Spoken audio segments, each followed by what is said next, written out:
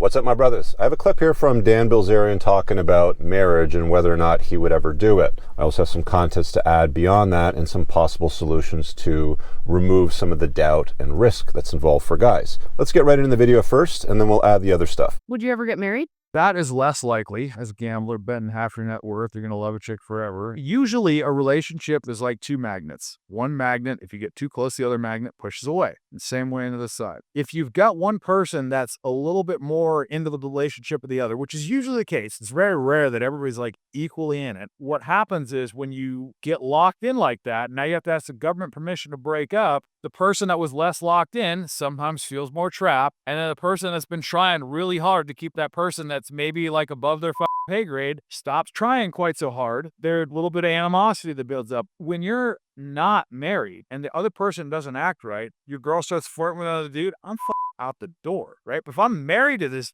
and now I got to give permission from the government and give her half of my I'm going to pull up a little bit more floating, right? But that's going to come with animosity. All right, guys. So Dan Bilzerian, the world's biggest playboy, and, well, he's been questioned for a lot of things lately, but we'll set aside everything else and all the comments you have about his haircut. But what he's talking about is pretty much spot on. If you're new to the channel, I'm Rich Cooper, entrepreneur, best-selling author, relationship expert. I wrote a book called The Unplugged Alpha. There's a chapter in the book that deals with marriage. There's some significant flaws with it in the West as it exists in most states and provinces. I'm going to go through those with you right now. We'll hit the road and I'll talk about a few of the fixes as well along the way that could potentially remedy or reduce the risk level that you might need to endure. But he's right. When he talks about the magnets and pushing and pulling, what he's really talking about is the leave-or and the leavee dynamic, also known as the adorer and the adored. There's always somebody that likes the other more, right? If one of you two want to untie the knot, and usually women marry up because they're hypergamous, so they look for the better, bigger deal, like the best guy that they can get, who's usually, that's why,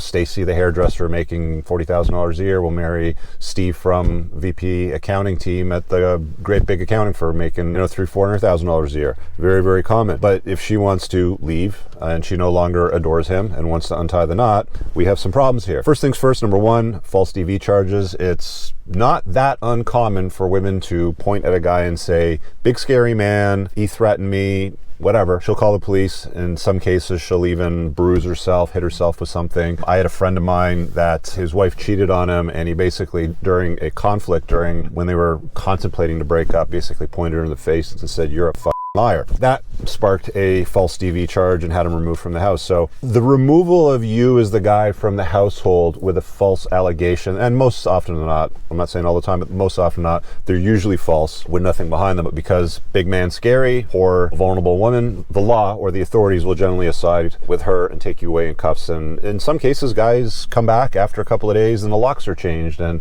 she went to a lawyer and she filed a restraining order, some other nonsense, and now you can't see the kids and now you don't have access to the house. And now you don't have a say in when the house sells. So there's a lot of things in that veritable ecosystem that become significant problems. I'm not going to get into all the details in this. I'm sort of trying to want to expand and frame it a little bit better from what Dan said in that video. But that's the first thing, is you got false DV charges, which are reasonably common, okay? The next thing is how women behave in divorce. And there's three main things that encourage women to behave very badly. There's alimony or maintenance, whatever it is you want to call it. There's child support, and there's the division of assets. Alimony or maintenance is basically prescribed based on the differential in the income over a period of time, if I can break it down that way. So if you've been married for 10, 15 years, she was a stay-at-home mom, popped out 3 kids, they're all in school, she decides, get her body back, go to yoga, starts banging the instructor and says that she wants to untie the knot. 10 to 15 years later, her argument is then going to be, well, I need alimony and maintenance because he's been maintaining my life like this and my prior skills as whatever it is she did before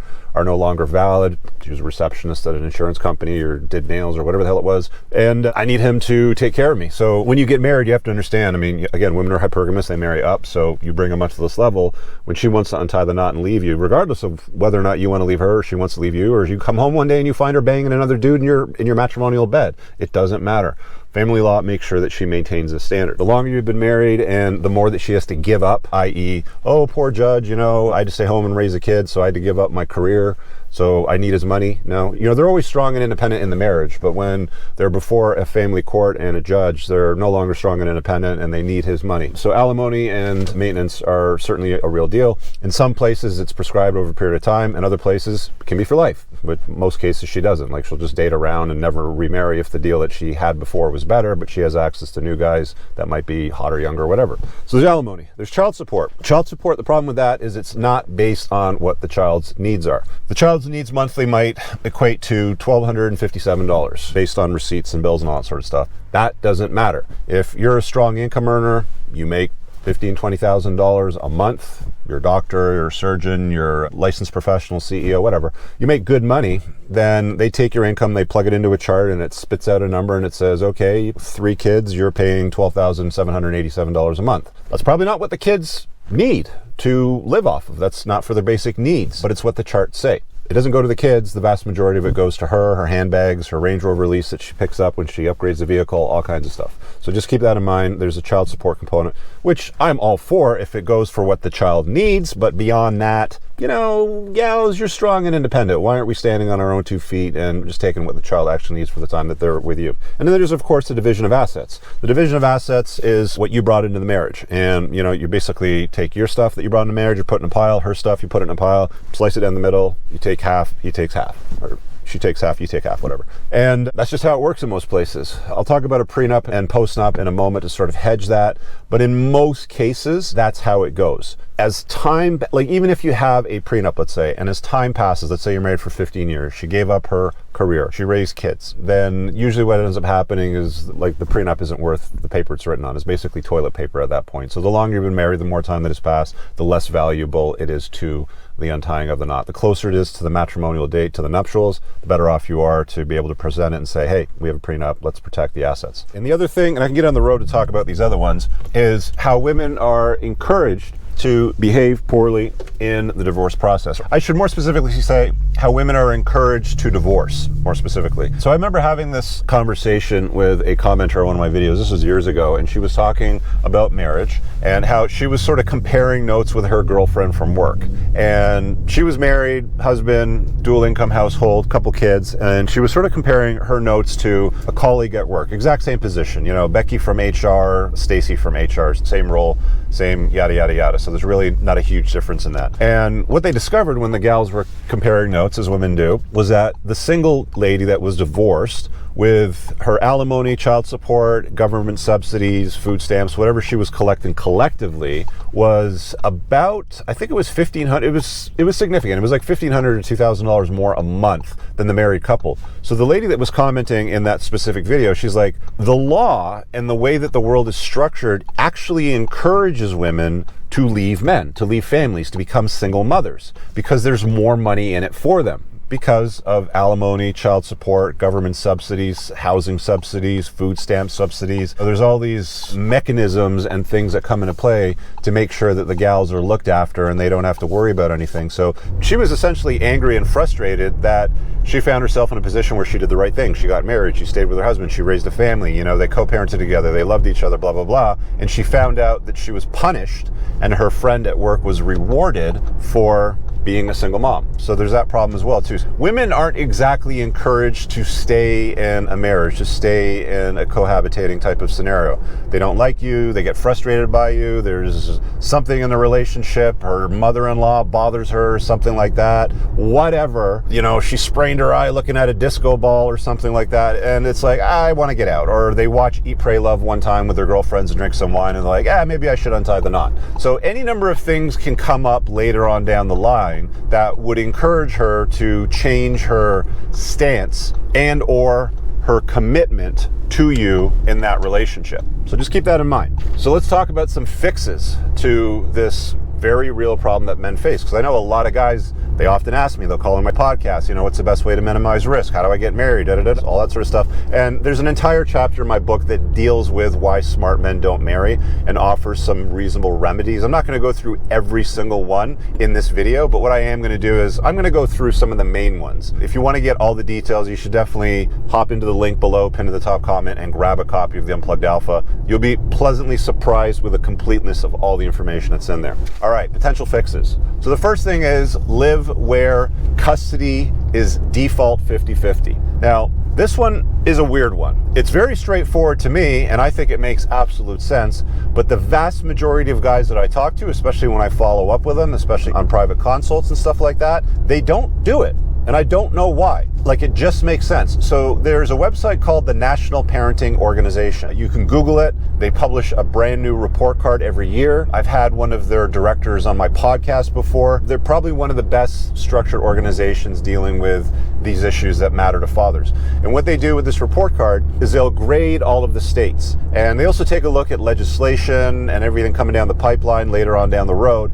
But they'll give the states a grade based on their current status and whether or not they essentially offer default 50-50. The argument is, if you have to untie the knot and you're a father and you love your children, which I assume most of you do, you're going to want to see them and you're going to want to share custody, so it's basically shared. One parent, the next parent, 1 week on, 1 week off, or something amounting to something that resembles that at least. So what the National Parenting Organization did is they rated the states, and they'll tell you which states are good and which states are bad. At the time of recording this, I haven't looked at it for a few months, but I think, Kentucky, Florida, Michigan, even California's default 50-50, surprisingly. And then all the other states sort of like slide downhill from there. So you can go take a look at that and Google it for yourself. But if you want to get married and you want to have kids, the entire benefit for fathers as men is to sire their children, name your sons, give them your last name, and carry on your DNA, to leave your legacy behind, right? Like, isn't that the point? Well, what's the point having kids if you have to fight tooth and nail through family court,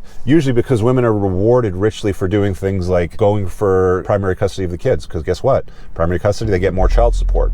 So they're rewarded to behave badly, to basically alienate the kids from the father or steal the kids from the father. So you have to be aware of these things. So why would you go and have kids in a state that hates dads? Move to a state that likes fathers. Very simple. And that removes one of the main hurdles that often come out of divorce and the acrimony and the fighting, and it's just nonsense, right? You can get rid of a lot of it by living somewhere that doesn't actually hate dads, and it's like, you don't have to have that fight. We're going to share custody and that's it. There's no, well, I'm going to have the kids all the time sort of thing, right? We talked earlier about prenups and postnups. Let's dive down that rabbit hole. They are generally good. A lot of lawyers will say they're better than good, but what they don't usually remind you is that they're good the closer you are to the nuptial date. If you get married and 3 years later you say, fuck this, I'm out, it's not worth it, I'm not going to spend the rest of my life trying to make an unhappy bitch happy or something like that. If you get to that point and you have a prenup and even a postnup is something you sign after the nuptials that basically says, yes, I absolutely agree with everything I said before I do and after I do. It's just a little more concrete,